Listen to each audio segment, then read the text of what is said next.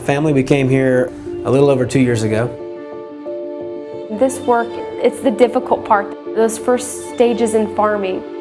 There's several challenges to reaching Tibetans. 24 different Tibetan people groups with a distinct language, a distinct culture. I mean, they view each other completely different.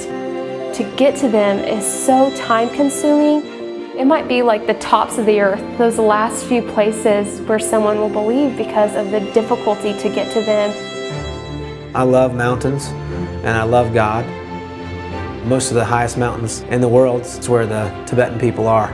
On the outside, the tip of the iceberg seems nice and friendly. Underneath there's a lot of emptiness. There's a lot of hopelessness and really a lot of walls.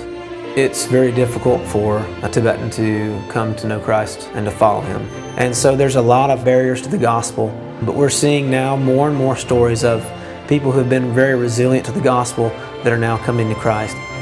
There's also a lot of isolated believers, spread out throughout the Himalayas, but they're very few and very far between. Pray for Tibetans who have not yet come to know Him, that He'll reveal Himself to them, whether it be someone sharing, reading the gospel for the first time, that He'll continue to make ready the people to hear about who He is.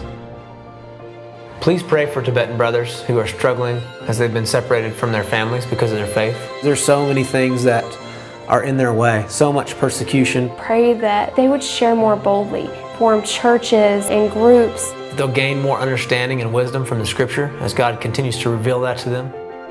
This is such a huge, huge task to reach all these different Tibetan Buddhists dispersed all across the Himalaya mountains. And this task is so big. Please pray for our team as we battle a lot of different obstacles to the gospel. Pray that we'll be able to form a strategy that comes straight from the Lord on how to reach people around us. Pray that we'll be faithful to continue to take up our cross daily and to sacrifice whatever is necessary for people to come to know who He is.